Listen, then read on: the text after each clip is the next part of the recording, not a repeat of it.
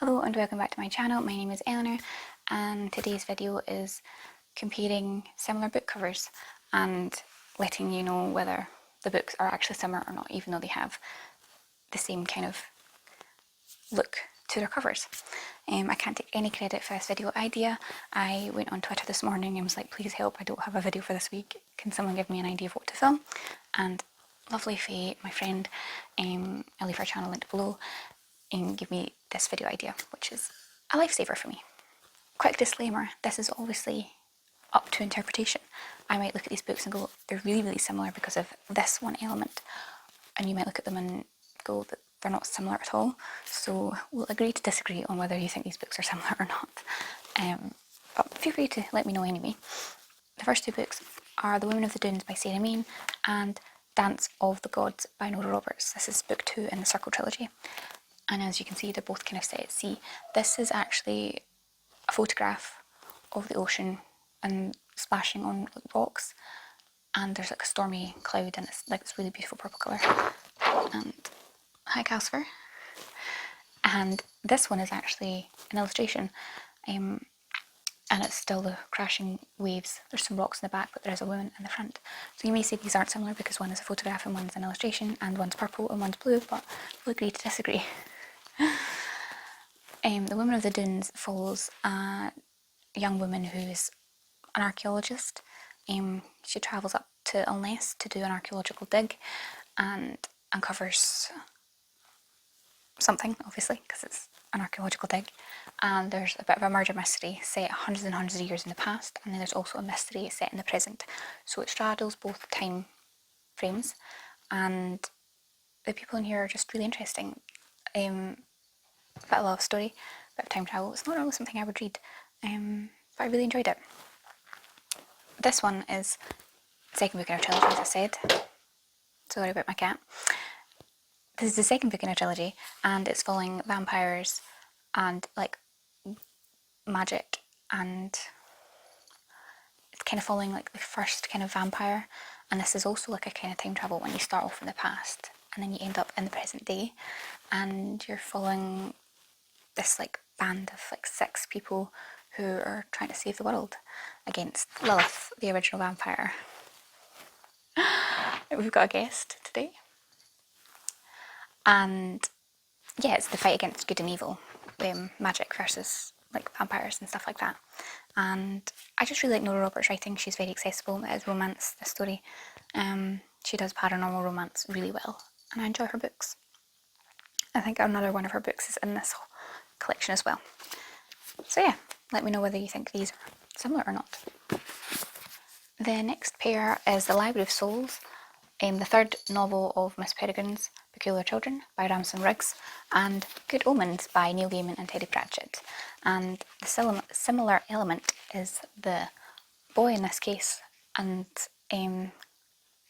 Crawley in this case. I just hit myself. I just have so much. I need to stop. Both having wings.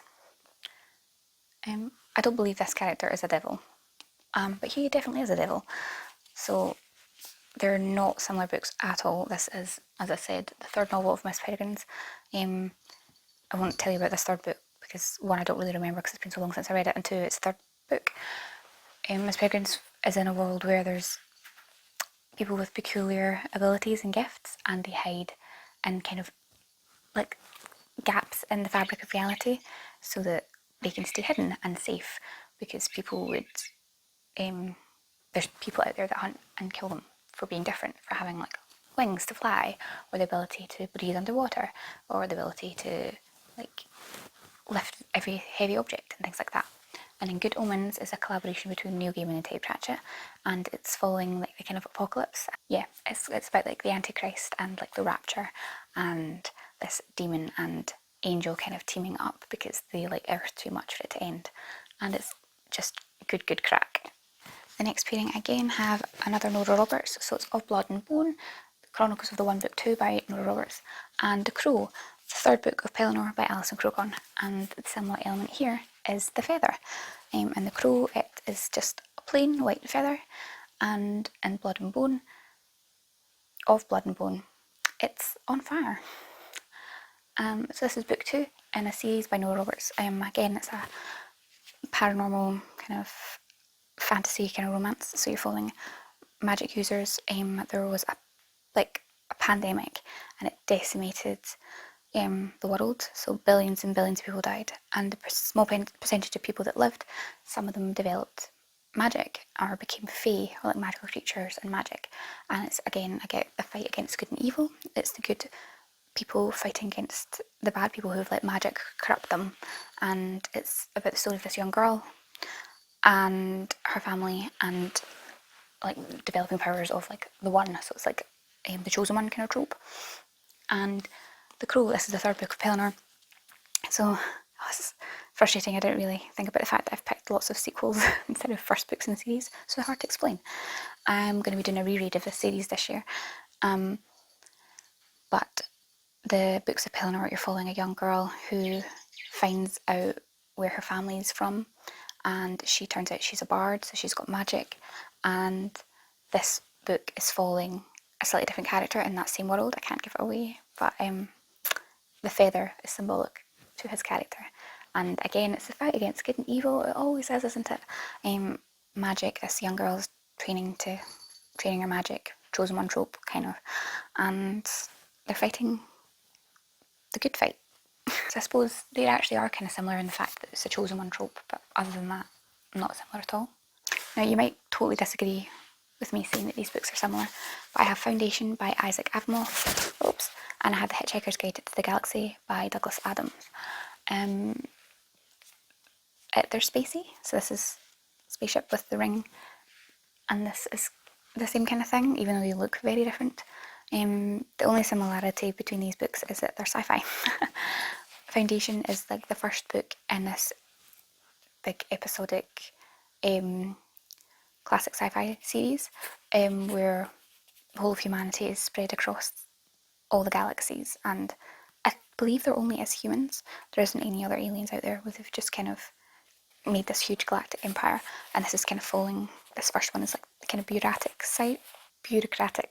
I can't say that word. Of this galactic empire. There's problems going on. Someone's kind of predicted the end of all things of the empire, so they're trying to solve things. I didn't love this book.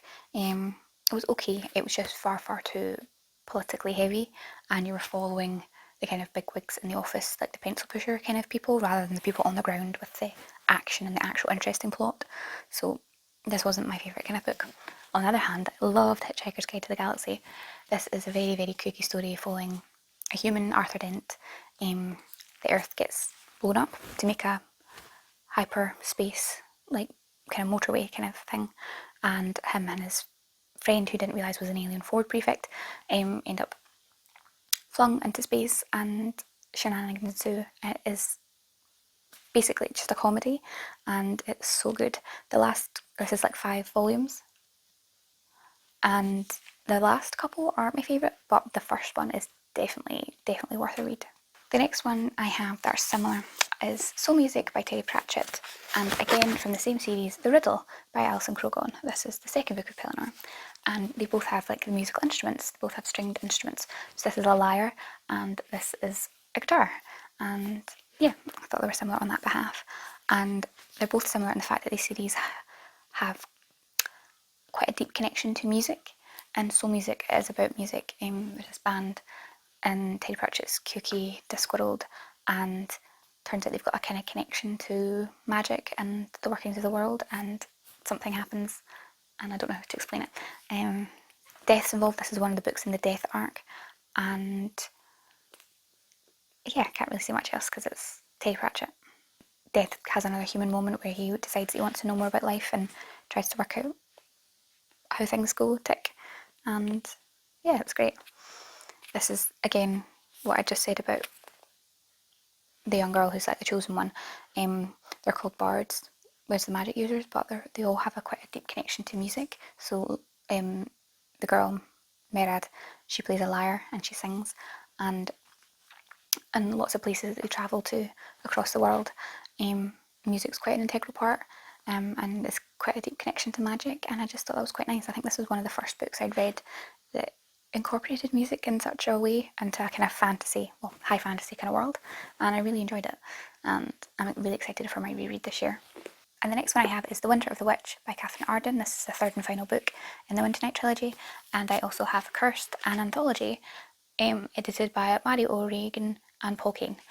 And the similarities of these is the kind of twisting and turning kind of like flowers and petal and like leaves and things in a kind of foresty setting, and it's quite dark. And the same is for this one. And the bottom, it has like a night landscape and a building though, but it's the same kind of idea of kind of the framing of the book with trees. So that's why I think these are similar. So this is the third in a trilogy, so I can't say too much about it. Again, you're following a young girl. She's called Vassia. She has like a magical gift, and it's set in medieval Russia, back when the kind of influx of kind of Catholicism was coming into Russia, like Orthodox Christians kind of thing, I think, and the people with, with the original kind of magic that you hear in like fairy tales and in like the myths and legends of the time. And she still has that gift, and she can still see the kind of creatures in that world, and so it's her kind of struggle and adventure of trying to find the balance of people wanting to kill her for being a witch. And I don't think I'll say much more than that. I have quite a few videos on this channel because I love this series, and I've reviewed all the books and things like that. Definitely recommend you check it out. And then the Cursed Anthology, which includes stories from like Neil Gaiman, Charlie and Jane Anders, M.R. Carey and Kristen Henry. It's kind of the classic fairy tale retellings, but in a kind of horror, creepy kind of way. So there's so many in here.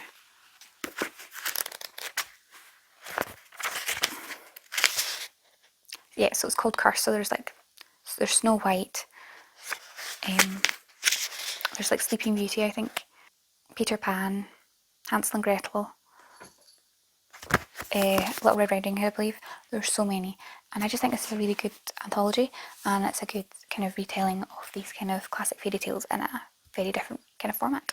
And some of them are really good, and some of them aren't so good, but that's what you get when you read an anthology. Very rarely do you get an anthology where you love every story, but what I like about this is that it has so many authors making short stories that you can maybe read a story and realise they like their writing and their story, and you can check out their actual full-length novels, and I think that's quite good.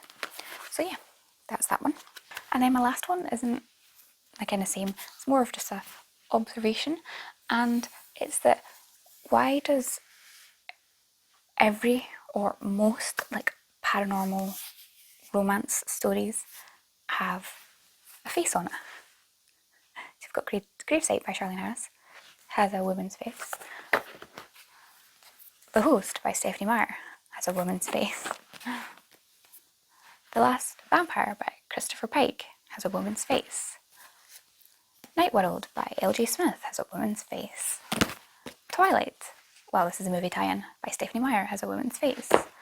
Vampire Academy by Rochelle Mead has a woman's face. Marked, the House of Night novel by P.C. and Kristen Cast has a woman's face. Dead Until Dark, the Suki Stackhouse series by Charlene Harris has a woman's face. So this isn't really a hot take, I'm sure people knew this long before then, but they all have women's faces on them. Just thought it was weird. Don't really like women's faces, or just like photographs of people on book covers. If there are people on a book cover, I'd rather they were illustrated, just personal preference. So I don't really like these kind of things. I'm just not a huge fan. I just don't think they look that great. I just think it's a cop-out of making a beautiful cover. So that wasn't really a hot take or anything like that. I'm sure everyone knew that anyway. I just thought it was funny when I was pulling out all these books and having a look at all my covers to see which ones paired up, and I noticed that these were all the same. I think it's mostly young adult paranormal, but I mean, this series and this series are adult, and they still have a woman's face on it, so what are you gonna do? Anyway, let me know in the comments below if you agree with me that these match or not, or if you have any book covers that you think look so similar, and the stories are either quite similar themselves or are very different, I'd love to know. So yeah, thanks again to Faye for this video idea, because I was very stuck. And be sure to subscribe if you aren't already, and I'll see you in the next video. Bye.